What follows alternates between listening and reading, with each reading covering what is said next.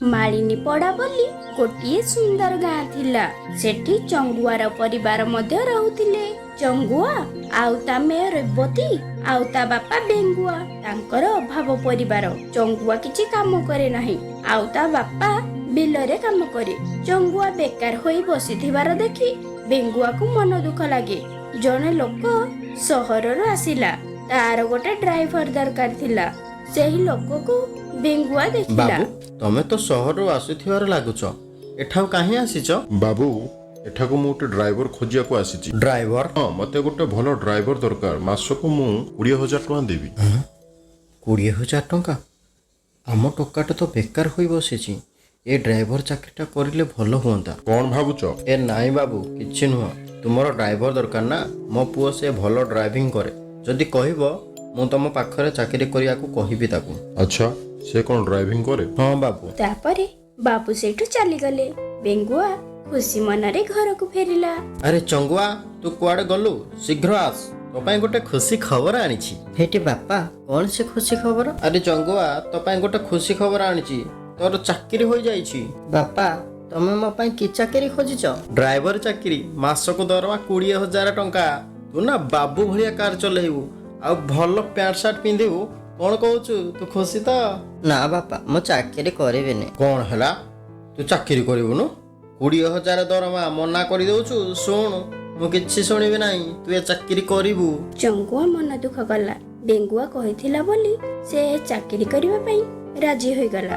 ଆଉ ତା ପରଦିନ ସକାଳୁ ସହରକୁ ଗଲା। ବାବୁ, ବାପାଙ୍କୁ କହିଥିଲେ ଡ୍ରାଇଭର କଥା? ଠିକ ଅଛି, ଯାଅ ମୋ ଝିଅକୁ କଲେଜରେ ଛାଡ଼ି ଆସ।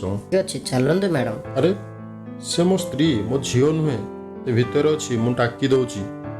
ଆରେ ମା ପାୟଲ, ତୁ ବାହାରି ସାରିଲୁଣୁ, ଆସ। ଡ୍ରାଇଭର ଆସିଲାଣି, କଲେଜ ଯିବୁ। ହଁ ବାପା, ଆସୁଛି।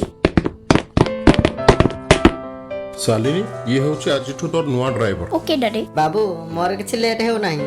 ମ୍ୟାଡାମକୁ କୁହନ୍ତୁ ଡ୍ରେସ୍ ପିନ୍ଧିକି ଆସିବେ। ଆପଣ ଡାକିଲେ ମଧ୍ୟ ମ୍ୟାଡାମ ସେଥିପାଇଁ ଅଧା ଡ୍ରେସ୍ ପିନ୍ଧିକି ପଳେଇ ଆସିଛନ୍ତି ଆଉ। ଡ୍ରେସ୍ ପିନ୍ଧିକି ଆସିବି ମାନେ?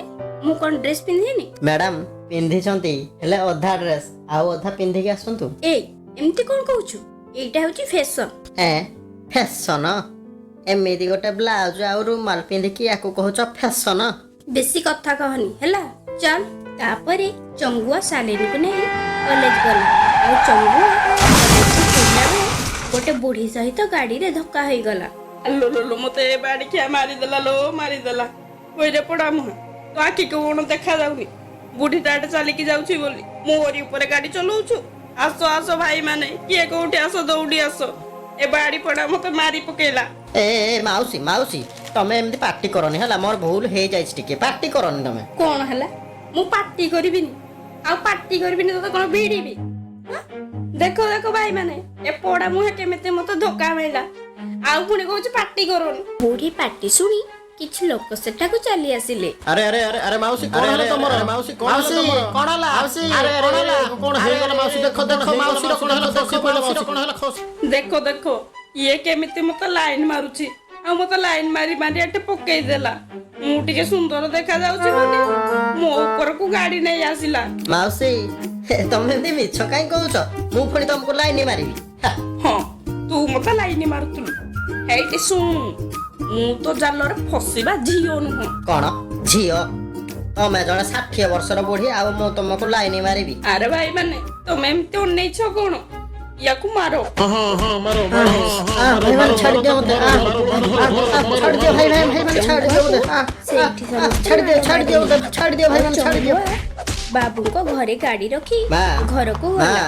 ଏ ମା, ମା ଗୋ, ଆ ଦେଖେ ତ ଗେଲା ପୁଅର ଅବସ୍ଥା କଣ ହେଇଛି। ମା, ଆରେ ଆରେ, ମୋ ପୁଅର ଇଏ କଣ ହେଇଛି? କୋଉ ପଡା ମୁହଁ ତତେ ଏମିତି ମାରିଲା? ତୁ ଖାଲି ତା ନାଁ କହ, ଦେଖିବୁ ମୁଁ ଯଦି ତା ତଣ୍ଟିରେ ଠିଆ ନ ହେଇ ପଡିବି ତାହେଲେ ମତେ ତୁ କହିବୁ। ଆରେ ବେଙ୍ଗୁଆ, ତୋର ଇଏ କଣ ହେଇଛି? କିଏ ଏମିତି ତୋର କରିଛି? ଦେଖିଲ କୋଉ ବାଡି ପୋଷା ମୋ ପୁଅର ଏମିତି କରିଛି, ଏତେ ମାଡ ମାରିଛି। ବୋଉ, ତୁ ଜାଣିଛୁ ଏ ଅବସ୍ଥା ମୋର କିଏ କରିଛି? କିଏ କରିଛି? ତୁ ଖାଲି ତା ନାଁ କହ, ଦେଖିବୁ ମୁଁ ତାର କଣ କରିବି। ଏଇ ବାପା କରିଛନ୍ତି। କଣ ହେଲା? ମୁଁ ମାରିଛି ତତେ? ହଁ, ତମେ ମୋର ଏମିତି ଅବସ୍ଥା କରିଛ। ହଇରେ ଚଙ୍ଗୁଆ, ଏମିତି କାହିଁ ମିଛରେ କହିଲୁ? ତୋ ମା ଯେମିତି ମୋତେ ଦେଖୁଛି ଯେମିତି ମୋ ତଣ୍ଟିରେ ଛିଡ଼ା ହେଇ ପଡ଼ିବ। ଏକଥା ମିଛା ବୋଲି କହିଦେ ତୁ। ନା ଏକଥା ସତ। କ'ଣ ହେଲା ସତ? ଦେଖି ମୋ ମୁଣ୍ଡରେ ହାତ ରଖି କହିଲୁ ଏକଥା ସତ ବୋଲି। ହଁ ବାପା ସତ, ତମ ମୁଣ୍ଡରେ ହାତ ରଖି ମୁଁ କହୁଛି ଏକଥା ସତ। ତମର ଯଦି ମୋ ଉପରେ ପ୍ରତିଶୋଧ ନେବାର ଥିଲା ତମେ ମତେ ବିଲରେ କାମ କରିବା ପାଇଁ ଦେଲ, ଏ ଡ୍ରାଇଭର ଚାକିରି କ'ଣ ପାଇଁ କରିବାକୁ ଦଉଥିଲ? କ'ଣ ହେଲା? ହଁ ମୁଁ ମନା କରିଛି ମୁଁ ଡ୍ରାଇଭର ଚାକିରି କରିବି ନାହିଁ ବୋଲି, ହେଲେ ତମେ ମତେ ଚାକିରି କହିଲ କର, ସେଥିପାଇଁ ମୋର ଏମିତି ଅବସ୍ଥା ହେଲା। ଗୋଟିଏ ବୁଢ଼ୀ ଗାଡ଼ି ଆଗକୁ ଆସିକି ଧକ୍କା ହେଇଗଲା, ତାପରେ ତ ମତେ ସେଠାକାର ଲୋକ ମତେ ଅଦା ପରିକା ଛେଚିଲେ ଆଉ। ତୁ କ'ଣ ଦେଖିକି ଗାଡ଼ି ଚଲାଉନଥିଲୁ କି? ବାପା ତମେ ମତେ ଆଉ କିଛି କୁହ ନାହିଁ। ମା ଆସିଲୁ ମୋ ଦେହରେ ଟିକେ ମଲମ ଲଗେଇଦେଲୁ। କ'ଣ ସାଙ୍ଗମାନେ, ଏମିତି ଭଲ ଭଲ ଭିଡ଼ିଓ ଦେଖିବା ପାଇଁ ଆମ ଚ୍ୟାନେଲକୁ ସବସ୍କ୍ରାଇବ୍ କରନ୍ତୁ।